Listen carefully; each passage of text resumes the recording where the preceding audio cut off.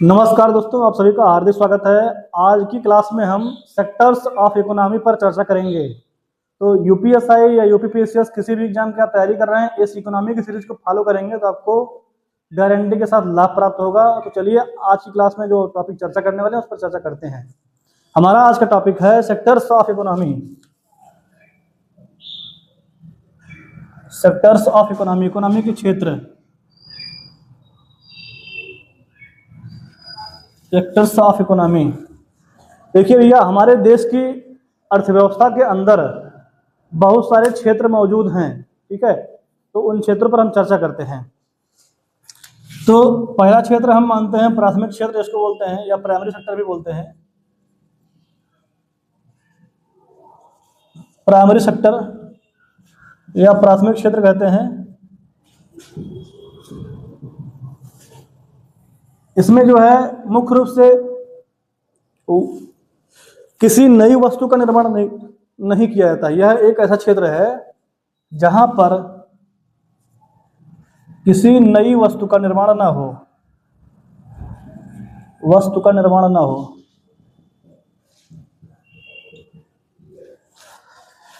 केवल वस्तुओं की मात्रा में वृद्धि किया जाए, केवल वस्तु की मात्रा में वृद्धि किया जाए, वृद्धि किया जाए। तो वो सारी चीजें आ जाती हैं प्राथमिक क्षेत्र में। इस क्षेत्र का नाम कृषि क्षेत्र भी, इसको कृषि क्षेत्र भी कहते हैं, कृषि क्षेत्र भी कहते हैं। इसमें कृषि सबसे बड़ा सेक्टर, ठीक है। और तो इसका नाम प्राइमरी भी है, प्राथमिक को आप इसको प्राथमिक भी कह सकते हैं, इसे आप कृषि भी कह सकते हैं।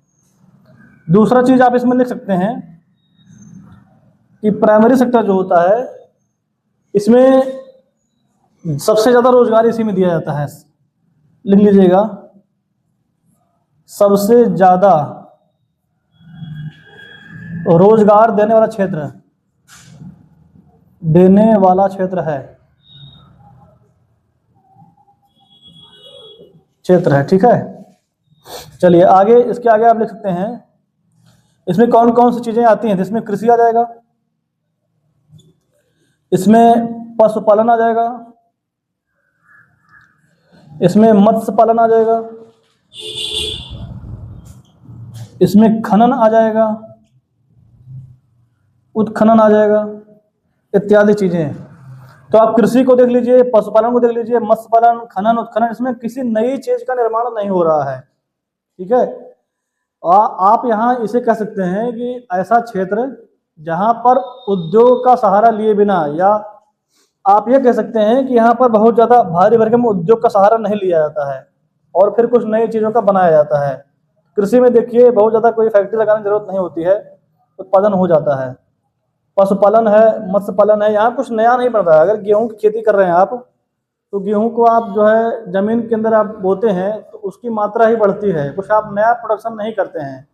बात समझ में आ रही ना। जो लोग इस सेक्टर में काम करते हैं उनको बोलते हैं red collars worker, red collars worker. तो जो लोग जो है काम करते हैं प्राथमिक क्षेत्र में उनको कहते हैं रेड कॉलर्स वर्कर। अब बात समझिएगा, प्राथमिक क्षेत्र जो है जीडीपी में इसका योगदान वर्तमान में भारत में घट गया है। जैसे इंडिया के जितना भी इनकम है, इंडिया का जो संपूर्ण इनकम है उसको आप जीडीपी मान लीजिए। उस संपूर्ण इनकम में जब भारत आजाद हुआ तब इस क्षेत्र का योगदान सबसे ज्यादा था। प्राइमरी सेक्टर मुख्य रूप से तीन होते हैं, प्राइमरी, सेकेंडरी और टर्शियरी। अगर इन तीनों क्षेत्रों को आपस में तुलना किया जाए तो आजादी के समय पे, जब आजाद हुआ भारत, आजादी के समय पर सबसे ज्यादा इसका था और इन दोनों का योगदान बहुत कम था। किसी भी देश की अर्थव्यवस्था में प्राथमिक क्षेत्र का योगदान अगर बहुत ज्यादा है तो वो खराब कंडीशन होती है। क्यों? क्योंकि कृषि क्षेत्र जो आपका प्राथमिक क्षेत्र है इसमें इनपुट्स ज्यादा लगते हैं और आउटपुट कम निकलते हैं। मतलब इसमें COR जो अनुपात होता है वो ज्यादा होता है। कहने का मतलब यह है कि खेती एक ऐसा क्षेत्र है जहां पर लागत ज्यादा लगता है और उसके बदले रिटर्न आपको कम मिलेगा, आपको फायदा कम मिलेगा। फायदा मिलेगा लेकिन तुलनात्मक रूप से उद्योग क्षेत्र और सेवा क्षेत्र के मुकाबले में लागत की तुलना में यहाँ फायदा कम आता है। तो अगर कोई देश, किसी देश की अर्थव्यवस्था केवल जो है वहाँ की अर्थव्यवस्था केवल एग्रीकल्चर पर टिकी हुई है तो वो खराब स्थिति मानी जाती है। तो भारत भी पहले ऐसे ही था। जब भारत आज़ाद हुआ तो भारत की अर्थव्यवस्था का मुख्य आधार होता था एग्रीकल्चर, कृषि। तो पुराने समय में हमारे यहाँ की जीडीपी में भी सबसे ज़्यादा अंश जो होता था वो प्राथमिक क्षेत्र का होता है। अभी हमारे यहाँ की जीडीपी में प्राथमिक क्षेत्र का योगदान घटा हुआ है, अन्य क्षेत्रों का योगदान बढ़ गया है। ठीक है, तो जब कोई देश विकास करता है धीरे धीरे तो वहाँ पर प्राथमिक क्षेत्र का योगदान धीरे धीरे घटता है और सेकेंडरी और टर्सरी सेक्टर का योगदान बढ़ता है। मतलब जैसे किसी घर में खेती, अगर खाली खेती के भरोसे पूरा काम हो रहा है, उनके यहाँ कोई सर्विस करने वाला नहीं है, उनके यहाँ कोई बिजनेसमैन नहीं है, तो उनकी आर्थिक स्थिति तुलनात्मक रूप से थोड़ी सी गड़बड़ होगी। और अगर किसी घर में नौकरी करने वाले भी हैं और बिजनेस करने वाले भी हैं और खेती भी हो रहा है, तब बढ़िया से उनका परिवार आर्थिक रूप से ग्रो कर जाता है। ठीक है, तो इतना आप ध्यान रखिएगा। इसमें कृषि, पशुपालन, मत्स्य पालन, खनन इत्यादि को हम शामिल करते हैं। कोई नई चीज नहीं बनती है बल्कि केवल वस्तु की मात्रा में वृद्धि किया जाता है। सबसे ज्यादा रोजगार देने वाला ये क्षेत्र है और आज़ादी के समय में प्राथमिक क्षेत्र का योगदान सबसे ज्यादा था। अब पॉइंट आप नोट कर लीजिएगा, वर्तमान में प्राथमिक क्षेत्र का योगदान जीडीपी में घटा हुआ है। हालांकि जितना प्राथमिक क्षेत्र का योगदान जीडीपी में होता था पहले की तुलना में बढ़ गया। बात समझिएगा, थोड़ा सा एक पॉइंट यहाँ समझिएगा। जैसे अगर भारत की जीडीपी में आज़ादी के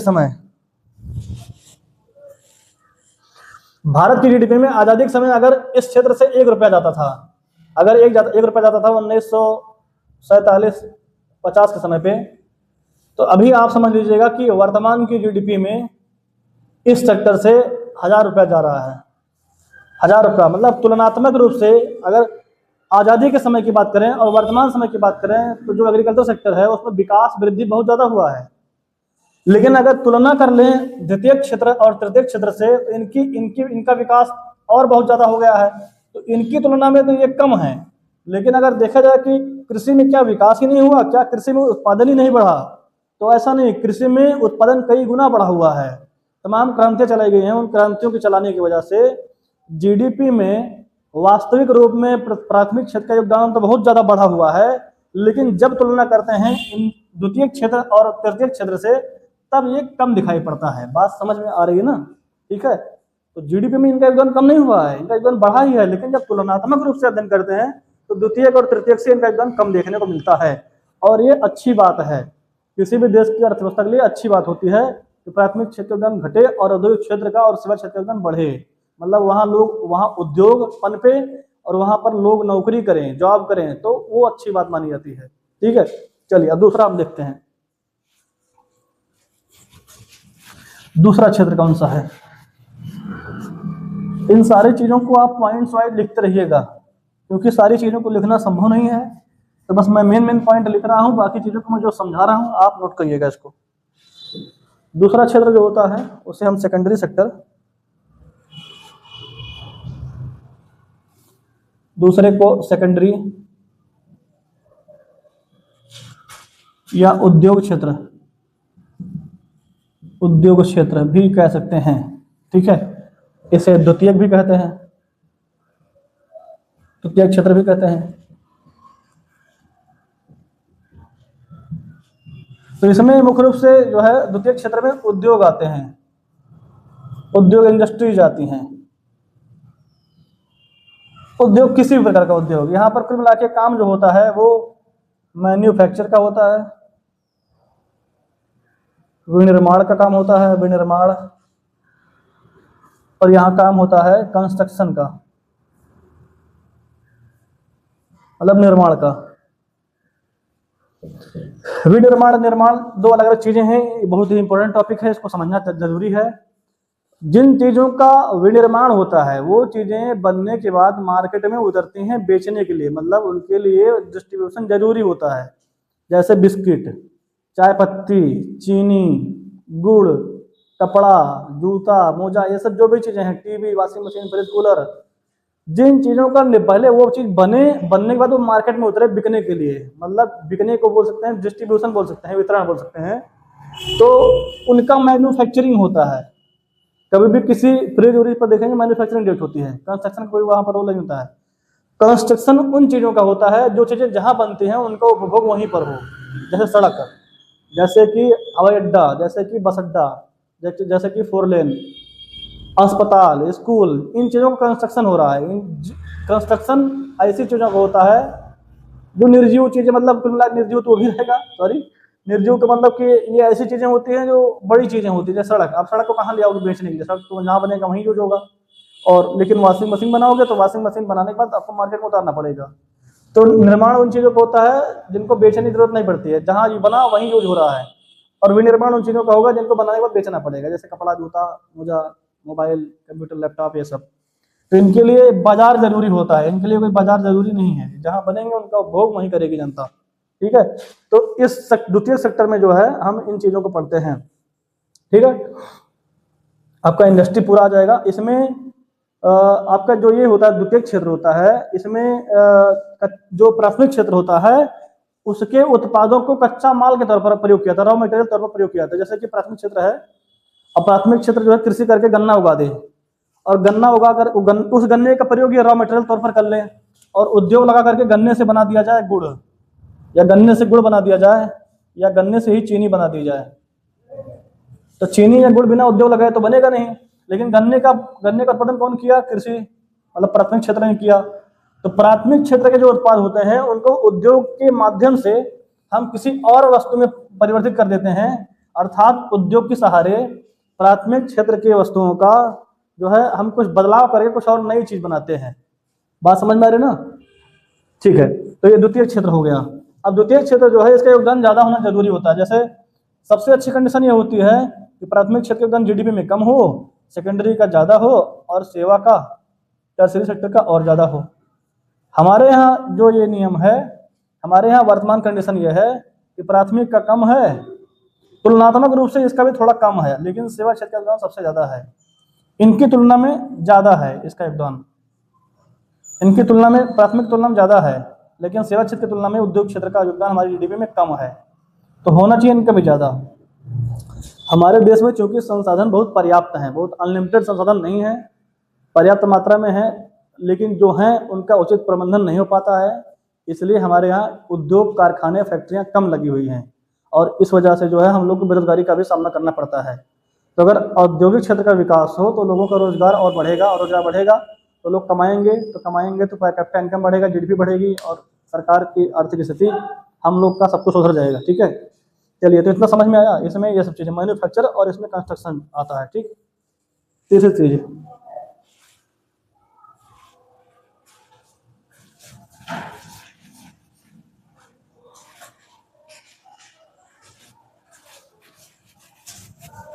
अगला क्षेत्र जो हम पढ़ेंगे,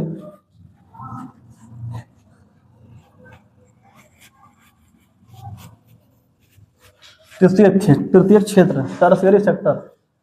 एक पॉइंट और नोट करिएगा, द्वितीय क्षेत्र में जो है, द्वितीय क्षेत्र जो आपको अभी मिलता है उद्योग क्षेत्र मैंने बताया, द्वितीय क्षेत्र में जो काम करने वाले लोग होते हैं, काम करने वाले लोगों की जॉब को ब्लू कॉलर जॉब बोलते हैं, ब्लू कॉलर जॉब बोलते हैं। ठीक है, अब हम देखते हैं तीसरा क्षेत्र। तीसरे को हम बोल सकते हैं टर्शियरी भी बोल सकते हैं, टर्शियरी सेक्टर भी बोल सकते हैं। इसको तृतीय क्षेत्र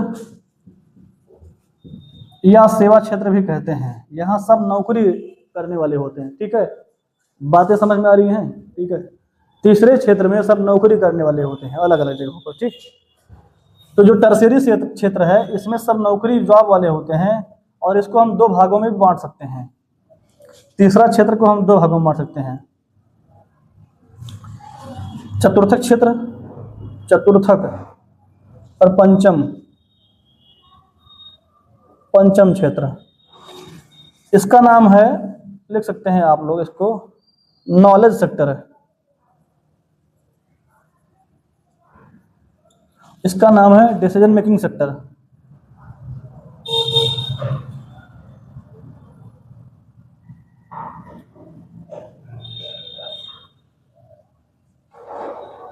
मतलब जो नौकरी करने वाले लोग होते हैं उनमें से वे लोग जो हमेशा पढ़ते रहते हैं, हमेशा जिनको पढ़ना जरूरी होता है, जैसे कि वकील, वकील जीवन भर पढ़ता है, अध्यापक, इंजीनियर,